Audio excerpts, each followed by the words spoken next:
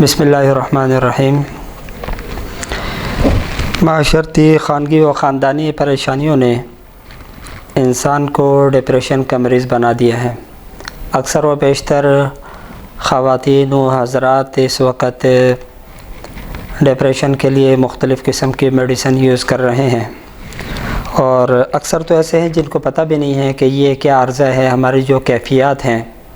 یہ کیا ہیں اور کیا اس کے علاج ہونا چاہیے نہیں ہونا چاہیے، اور بیچارے اسی تک و دو کے اندر پڑے رہتے ہیں، اور نفسیات کو گویا کہ وہ ایسا سمجھتے ہیں گویا کہ پاگل پن، ڈپریشن کے مسئلے کو بھی وہ پاگل پن سے ہی تعبیر کرتے ہیں، جبکہ وہ ایک الگ چیز ہے۔ تو ڈپریشن کا علاج جو ہے وہ ڈاکٹروں سے لوگ ٹریٹ وغیرہ کرواتے ہیں، ٹریٹمنٹ چلتی رہتی ہے، لیکن اس کے باوجود اکثر و بیشتر خواتین و حضرات اس سلسلے میں بھی آتے ہیں کہ بھئی ڈپریشن کے لیے کوئی عمل تجویز کر دیں۔ تو ڈپریشن کے حوالے سے میں نے مختلف لوگوں کو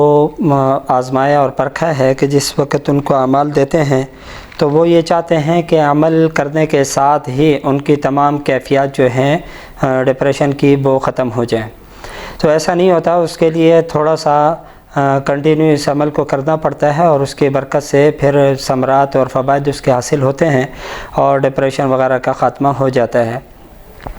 تو عمل اس کے لیے جو میں نے تجویز کیا ہے اور اکثر لوگوں کو بتایا کرتا ہوں وہ یہ ہے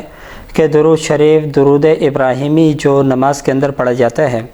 یہ درود شریف 11 مرتبہ صبح اور 11 مرتبہ بعد نماز مغرب اس کو پڑھ کے اپنے وجود کے اوپر دم کر لیں۔ اور اگر کوئی شخص اتنا ایسا ہے کہ اسے یہ درود شریف بھی یاد نہ ہو تو یہ قابل افسوس بات ہے، بہت ہی آسان عمل ہے، لیکن اگر بالفرض کوئی ایسا ہو کہ جس کا ذہن بالکل گیا گزرا ہے اور اب یاد کرنا بھی چاہے تو بھی یاد نہیں ہوتا،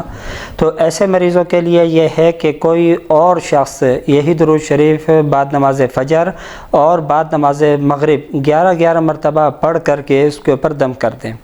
تو یہ عمل جو ہے کنٹینیو آپ کرتے رہیں، انشاءاللہ اس عمل کی برکت سے ڈپریشن کی جو کیفیات علامات ہیں وہ سب کی سب ختم ہو جائیں گی۔ اللہ رب العالمین عمل کی توفیق عطا فرمائے۔